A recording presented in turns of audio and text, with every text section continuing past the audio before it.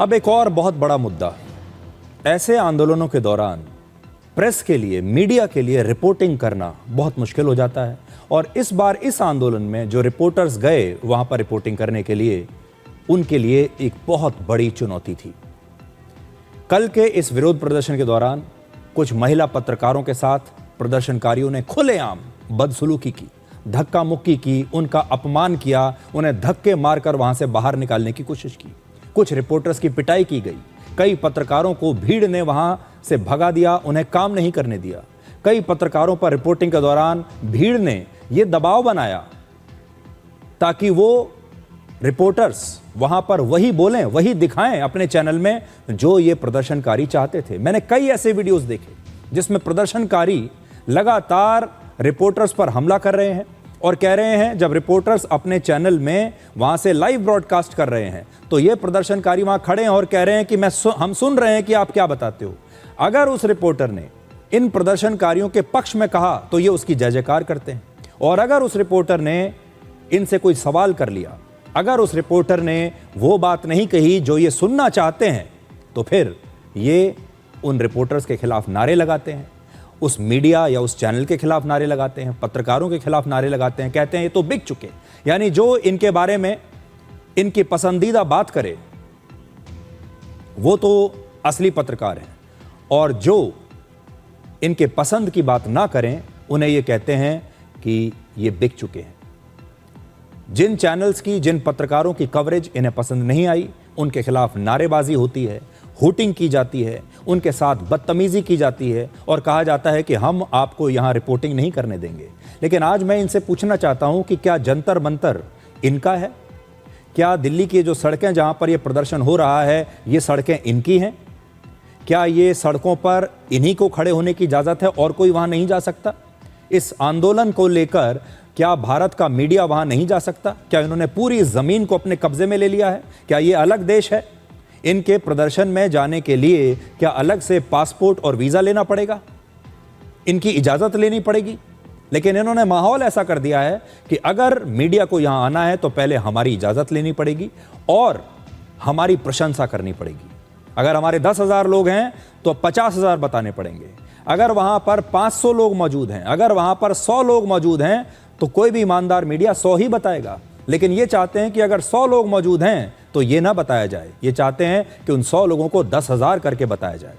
सवाल है कि अगर किसी आंदोलन में पत्रकार अपनी मर्जी से रिपोर्टिंग कर ही नहीं सकते तो फिर निष्पक्ष और स्वतंत्र कवरेज कैसे होगी? आप इन तस्वीरों को देखिए। और यह भारत के मीडिया का बहुत बड़ा दुर्भाग्य है कि इस आंदोलन में, 2026 के इस आंदोलन में मीडिया के साथ इस प्रकार का दुर्व्यवहार किया जा रहा है। और ये वो लोग हैं जो हमेशा फ्रीडम ऑफ एक्सप्रेशन की, अभिव्यक्ति की आजादी की बात करते हैं, फ्री मीडिया की बात करते हैं, कहते हैं कि सबको अपनी बात कहने का अधिकार होना चाहिए, लेकिन फिर उसी मीडिया की आवाज को दबाते हैं। देखिए,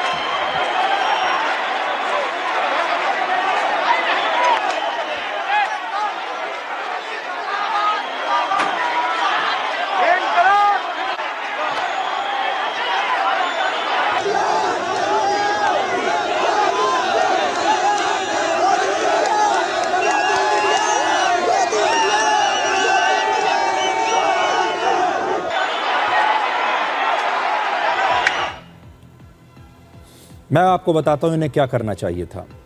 ये अभिव्यक्ति की आज़ादी की बात करते हैं, फ्री मीडिया की बात करते हैं। आप देखिए, इन सारे लोगों के अगर आप वीडियोस देखेंगे, इनकी बातें सुनेंगे, तो सब यही कहते हैं। अगर ये वाकई उन सिद्धांतों में विश्वास करते हैं जिनके बारे में ये बात करते हैं, तो इन्हें ये करना चाहिए था, ये मीडिया को वहाँ आने देते और कहते कि ये मीडिया की स्वतंत्रता है कि आप यहां देखिए और आपको जो समझ में आता है आप वहां से रिपोर्टिंग कीजिए। हम आपको बिल्कुल भी डिस्टर्ब नहीं करेंगे, हम आपकी कवरेज को बिल्कुल भी प्रभावित करने की कोशिश नहीं करेंगे। लेकिन हो रहा है इसका उल्टा। दूसरी बात, ये लोग जो आप देख रहे हैं, क्या आपको लगता है कि ये नीट के छात्र हैं? क्या आपको लगता है कि ये किसी परीक्षा की तैयारी करने वाले छात्र हैं? क्या आपको इन लड़कों को देखकर, लड़कियों को देखकर ऐसा लगता है कि ये किसी भी प्रकार की कोई पढ़ाई कहीं करते होंगे? क्या ये किसी भी एंट्रेंस एग्जाम में पास होने के काबिल हैं जो ये सारी बातें कर रहे हैं? आप सोचिए। ये सब मैं आपके विवेक पर छोड़ता हूं। और कल के इस विरोध प्रदर्शन में कई अंडर एज और नाबालिग बच्चे भी दिखाई दिए थे। आपको याद होगा, कल ही कॉकरोच पार्टी ने खुद पुलिस पर आरोप लगाया था कि पुलिस ने 12 साल की एक बच्ची को घायल कर दिया है। अब बड़ा सवाल यह है कि 12 साल की ये बच्ची इस विरोध प्रदर्शन में पहुंची कैसे? और क्या आयोजकों ने इस बात का ध्यान रखा कि ऐसे प्रदर्शन जहां हिंसा की आशंका है वहां पर नाबालिग बच्चों को नहीं होना चाहिए था? लेकिन इन बच्चों को भी रील्स बनाने के लिए, वीडियोस बनाने के लिए, मीम्स बनाने के लिए इन्होंने इस्तेमाल कर लिया। 20 जुलाई को संसद मार्च के दौरान हुई हिंसा की प्लानिंग पहले से की जा चुकी थी। दिल्ली पुलिस को प्रदर्शनकारियों के कुछ ऐसे चैट्स मिले हैं जिनमें यह कहा गया है कि अगर इस प्रदर्शन में किसी की मौत होती है तो मोदी सरकार पर ज्यादा दबाव बनेगा। यानी ये तो पहले से ही चाह रहे थे कि किसी की मौत हो जाए। ये प्रदर्शनकारी एक ऑनलाइन ग्रुप बनाकर आपस में बातचीत कर रहे थे। इन चैट्स में प्रदर्शनकारियों को भड़काने के लिए यह भी कहा गया कि अगर उनकी जान भी चली जाएगी तो आने वाली पीढ़ियां उन्हें याद रखेंगी। प्रदर्शनकारियों को यह चेतावनी भी दी गई थी कि विरोध प्रदर्शन के दौरान इंटरनेट सर्विसेज बंद हो सकती हैं, इसलिए सभी लोगों से पहले ही एक सीक्रेट ऐप डाउनलोड करने और अपने ग्रुप के साथ कनेक्टेड रहने के लिए कहा गया था। दिल्ली पुलिस के मुताबिक इस ऐप में ब्लूटूथ के जरिए बिना किसी इंटरनेट कनेक्शन के भी मैसेज भेजना और कनेक्टेड रहना संभव है। दिल्ली पुलिस के साइबर एक्सपर्ट्स अब इन चैट्स, इनके सोर्स और पूरे डिजिटल फुटप्रिंट की जांच कर रहे हैं। ये बात हम आपको पहले से भी बताते आ रहे हैं।